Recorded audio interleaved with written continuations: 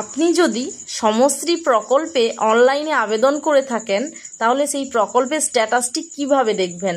তো এর জন্য সমশ্রী অ্যাপে এসে কন্টিনিউ অপশানে ক্লিক করতে হবে। কন্টিনিউ অপশানে ক্লিক করলে আমরা মেন ড্যাশবোর্ডে ওপেন করে নিয়েছি।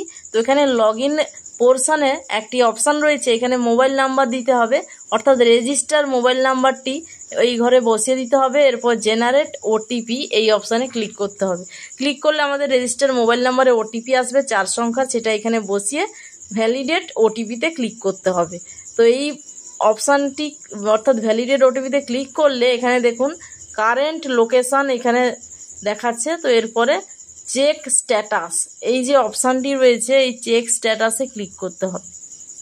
চেক স্ট্যাটাসে ক্লিক করলে আমাদের ক্লেম নম্বর, ক্লেম ডেট এগুলো সমস্ত কিছু ডিটেলস এখানে দেখাচ্ছে।